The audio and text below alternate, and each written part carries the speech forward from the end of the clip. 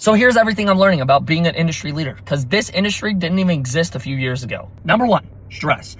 I've built two businesses. The first business was stressful. The second business was 20 times more stressful, because the first business, I actually had a blueprint. Like, there was some sort of knowledge there.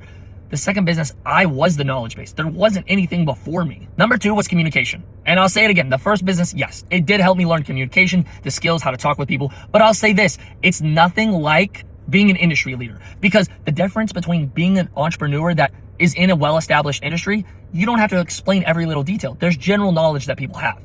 With an industry leader in a new industry that's never existed before, every detail people are going to want to know, so it clicks in their brain. So you have to explain things on a very basic level so they can at least grasp the concept at first, and then you can start to get into the details. But if you overwhelm people with details, you're going to lose them. The third thing I've learned is handling objections. So a lot of people, when a new industry comes around, and I've seen it again and again, I saw it with social media, now I've seen it with AI, people don't want to admit that the world is changing, even if the facts are right there. Because that other business, they haven't updated with the times. They don't know. They know they're in trouble. And so they don't want to sit there and admit that times are changing. So handling objections, but handling them in a professional way, that is mandatory when you're an industry leader in a new space that no one's ever discovered. Here is my most vital thing that I've learned as being an industry leader and just being an entrepreneur is I'm a Christian, and I have learned that if you put all of the weight and the pressure and the anxiety and the buildup of building a business and doing it all by yourself, you are going to crumble under that. So many people, they look at,